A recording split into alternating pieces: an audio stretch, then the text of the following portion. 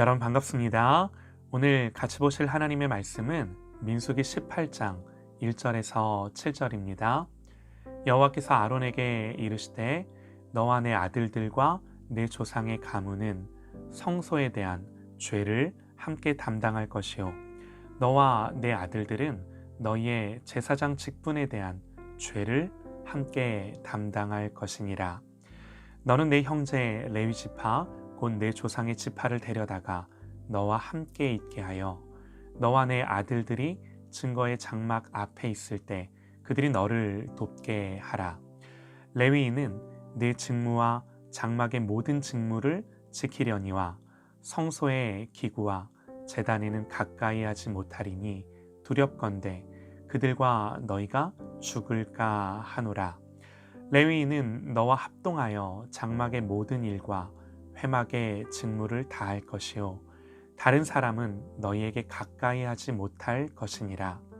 이와 같이 너희는 성소의 직무와 제단의 직무를 다하라. 그리하면 여호와의 진노가 다시는 이스라엘 자손에게 미치지 아니하리라. 보라, 내가 이스라엘 자손 중에서 너희의 형제 레위인을 택하여 내게 돌리고 너희에게 선물로 주어 회막의 일을 하게 하였나니 너와 내 아들들은 제단과 휘장 안의 모든 일에 대하여 제사장의 직분을 지켜 섬기라. 내가 제사장의 직분을 너희에게 선물로 주었은즉 거기 가까이 하는 외인은 죽임을 당할지니라. 아멘. 뜻밖의 선물이라는 제목으로 하나님의 말씀 듣겠습니다. 성경은 고통의 원인을 뭐라고 말하는가? 내 악이 너를 징계하겠고 내 반역이 너를 책망할 것이라. 그런즉 내 하나님 여호와를 버림과 내 속에 나를 경외함이 없는 것이 악이요 고통인 줄 알라. 주 만군의 여호와의 말씀이니라. 예레미야서의 말씀이죠. 여호와를 버림과 나를 경외함이 없는 것이 악이요 고통이다 그럽니다. 정말 그래요. 지금 광야에서 이 모든 고통은 어디서부터 온 건가요? 왜 땅이 갈라져 사람들을 삼키고 여호와로부터 불이 나와 죽임을 당하고 전염병으로 고생을 하는 건가요? 왜 이런 일이 계속 반복되나요? 말씀 그대로 하나님을 버리고 하나님을 경외하지 않는 데서부터 오는 고통인 거죠. 이건요, 그 당시 이스라엘뿐만 아니라 무엇보다 오늘 우리에게 적용되는 말씀입니다. 그리고 더 심각한 문제는요, 하나님을 경외하지 않는 것이 고통이라고 인식하는 그 인식 자체가 없는 거죠. 한번 생각을 해보시죠. 모세의 시대와 오늘의 우리의 시대는 조금 차이가 있는데요. 하나님은 이스라엘이 범죄했을 때 친히 지진과 불 그리고 무서운 전염병으로 반역자들을 그 자리에서 죽이셨어요. 자, 지금은 그렇지 않죠. 이미 성경 안에서 이런 일들을 충분히 보이셨고 그래서 우리에게 경고가 되게 하셨고 무엇보다 오늘 우리의 시대는요, 예수님이 이 땅에 오셔서 모든 죄를 이미 담당하셨기에 누구에게든 은혜의 문이 열려 있는 거죠. 때문에 하나님이 전혀 그렇게 하지 않는다고는 말할 수 없지만 오늘날에는요, 쉽게 볼 수 있는 일들은 아닌 겁니다. 그런데 혹시 하나님이 모세의 시대처럼 이런 징계들을 오늘날에도 교회 안에 우리의 시대 안에 빈번하게 일어나게 하시면 어떻게 될까요? 그러면 사람들은 충분히 하나님을 경외하게 될까요? 답은요, 그렇지 않다입니다. 하나님은 우리가 이미 그런 존재라는 것을 광야의 이스라엘 백성을 통해서 보여주신 거예요. 저들은 많은 하나님의 기적을 거의 매일같이 보며 살았어도 하나님을 경외하는 자리로 나아가지 못한 거죠. 율법이 주어졌지만 율법을 지킬 수 없는 거죠. 이게 인간의 죄성이고요. 얼마나 가능성이 없는지를 보여주는 성경의 증언인 것입니다. 자, 그러면 하나님이 택한 이 백성들을 어쩌면 좋나요? 이게 저들의 죄성이고 저들의 가능성이라면 이제 어쩌면 좋다는 말인가요? 오늘 말씀은요, 여기에 대한 하나님의 답이세요. 하나님은 아론과 제사장과 레위 지파에 대한 직무를 다시금 말씀을 하세요. 1절에요. 여호와께서 아론에게 이르시되 너와 내 아들들과 내 조상의 가문은 성소에 대한 죄를 담당할 것이요 너와 내 아들들은 너희의 제사장 직분에 대한 죄를 담당할 것이니라. 여러분, 이게 무슨 말인가요? 한마디로 성소에 대한 책임을 아론과 그의 가문에게 다 맡기신 거예요. 그리고 혹시라도 성소에 대한 죄를 범했을 때는 거기에 따른 모든 책임을 지우시겠다는 거죠. 성소뿐만 아니라 제사장 직분에 대한 죄에서도 책임을 지게 하시겠다는 거예요. 누구에게요? 아론의 가문과 레위 족속들에게. 그래서 권한도 주어졌지만 그에 따른 책임도 주어진 거죠. 어찌 보면요, 사실 무거운 짐이죠. 3절과 4절 말씀으로 내려가 보면요, 레위인은 내 직무와 장막의 모든 직무를 지키려니와 성소의 기구와 제단에는 가까이 하지 못하리니 두렵건대 그들과 너희가 죽을까 하노라. 레위인은 너와 합동하여 장막의 모든 일과 회막의 직무를 다할 것이요 다른 사람은 너희에게 가까이 하지 못할 것이니라. 그럽니다. 그러니까 이 제사장의 직무는 목숨을 잃을 수도 있는 그런 일이었어요. 실제로 아론의 아들인 나답과 아비후가 제단에 다른 불을 들이다가 벌써 죽임을 당했죠. 이런 위험한 일이 아론과 레위 가문에게 지워진 거죠.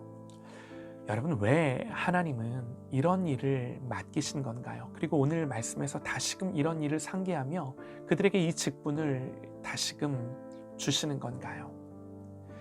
하나님은 레위인과 제사장을 세우심으로써 이스라엘 백성들에게는 살 길을 열어주신 거예요.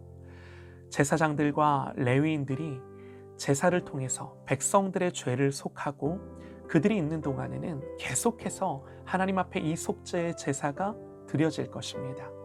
죽지 않고는 하나님께 가까이 나아갈 수 없는 죄인들에게 이렇게 함으로 살 길이 열렸는데 이건 곧 제사장들과 레위인들이 세워짐으로써 가능해진 거죠. 그래서 하나님 뭐라고 말씀을 하세요? 6절입니다. 보라, 내가 이스라엘 자손 중에서 너희의 형제 레위인을 택하여 내게 돌리고 너희에게 선물로 주어 회막의 일을 하게 하였나니. 레위인을 이스라엘에게 선물로 주었답니다. 레위인이 이스라엘을 위한 선물이랍니다. 이 선물이라는 말이 이해가 되실 겁니다. 여러분, 이건요, 무엇보다 그리스도의 직분을 보여주고 가르쳐주는 예표인 거예요. 예수님의 사역이 어떤 사역인지를 보여주는 거죠. 예수님이 선물이죠. 예수님이 영원하고도 완전한 대제사장으로 이 직분을 감당하신 거예요. 또한 동시에 오늘날 목사, 장로만이 아니라 모든 직분에 적용해서 생각해 볼 수 있어요. 모든 교회의 직분은 하나님이 선물로 교회, 그리스도의 몸된 교회, 성도들을 위해 주신 거예요. 오늘 우리가 이걸 분명히 알고 기억해야 하는 거죠. 은사로 주신 거예요. 그래서 7절에서도요. 보세요. 너와 내 아들들은 제단과 휘장 안의 모든 일에 대하여 제사장의 직분을 지켜 섬기라. 내가 제사장의 직분을 너희에게 선물로 주었은즉. 제사장 직분이 너희들에게 선물이랍니다. 여기서 너희는 아론과 그의 아들들이죠. 이 직분이 너희들에게 선물로 주어진 거랍니다. 여러분, 이게요, 은사라는 말이에요. 다시 말해 제사장의 직분은 아론의 실력이나 그의 어떤 의로움이나 공로에 의해서 주어진 대가가 아니다라는 거예요. 이 직분은 그저 조건 없이 하나님께서 아론과 그의 아들들에게 허락하신 직분이라는 점에서 선물이라고 말씀을 하시는 거예요. 그러므로 여러분, 이 직분은요, 교회의 모든 직분은요, 은혜로 주어진 것입니다. 그러므로 아론은 착각하지 말아야 합니다. 내가 대제사장이니까 대단한 사람이라고 착각하지 말아야 하는 거죠. 하나님은 이스라엘 백성들에게 이 제사장 직분이 얼마나 많은 책임과 희생이 따르는 직무임을 말씀하시면서 그러므로 너희들에게는 이게 선물이다 그러는 거예요. 그렇다면 여러분, 이스라엘 백성들은요, 마땅히 이 선물을 하나님으로부터 받은 것임을 알고 감사하며 존중해야 할 것입니다. 또 동시에 이 직분이 선물이기에 받은 자들은 자랑할 것이 없고 교만할 것이 없음을 알아야만 하는 거죠. 여러분 보세요. 하나님은 지금 이 질서와 체계를 다시금 이스라엘 백성들 안에 강조하시며 세우시는 겁니다. 왜 그런가요? 이게요, 이 질서와 체계가 앞으로 광야 40년을 가는데 너무너무 중요한 거예요. 왜 중요한가요? 분명히 또 범죄하고 넘어질 것입니다. 그럼에도 불구하고 고라와 같이 이 질서를 무너뜨리는 것이 아니라 그럼에도 불구하고 이 질서 속에 주신 선물로 인하여 끝까지 가는 거예요. 여러분, 이게 교회예요. 교회는 완전하지 않습니다. 그러나 이 질서 속에서 그럼에도 세워지고 그럼에도 주님 오시는 날까지 그리스도의 아름다운 신부로 준비되어지고 예수님 다시 오시는 그날까지 가는 줄 믿습니다. 이게 참된 교회예요. 참된 교회일진데 반드시 이렇습니다. 하나님의 약속이에요. 성경은 직분에 대해 이렇게 권면을 하는데요. 에베소서 4장에서요. 잘 한번 들어보시죠. 우리 각 사람에게 그리스도의 선물을 분량대로 은혜로 주셨나니, 우리 각 사람에게 그리스도의 선물을 분량대로 은혜를 주셨답니다. 그러므로 이르기를 그가 위로 올라가실 때에 사로잡혔던 자들을 사로잡으시고 사람들에게 선물을 주셨다 하였도다. 올라가셨다 하였은즉 땅 아래 낮은 곳으로 내리셨던 것이 아니면 무엇이냐. 내리셨던 그가 곧 모든 하늘 위에 오르신 자니 이는 만물을 충만하게 하려 하심이라. 자, 주님이 십자가에서 승리하시고 승천하시면서 만물을 충만케 하시기 위해 선물을 주셨는데, 각 사람에게 은혜를 주셨는데 그 선물이 무엇입니까? 계속해서 성경은 이렇게 말씀을 합니다. 그가 어떤 사람은 사도로, 어떤 사람은 선지자로, 어떤 사람은 복음 전하는 자로, 어떤 사람은 목사와 교사로 삼으셨으니 이는 성도를 온전하게 하여 봉사의 일을 하게 하며 그리스도의 몸을 세우려 하심이라.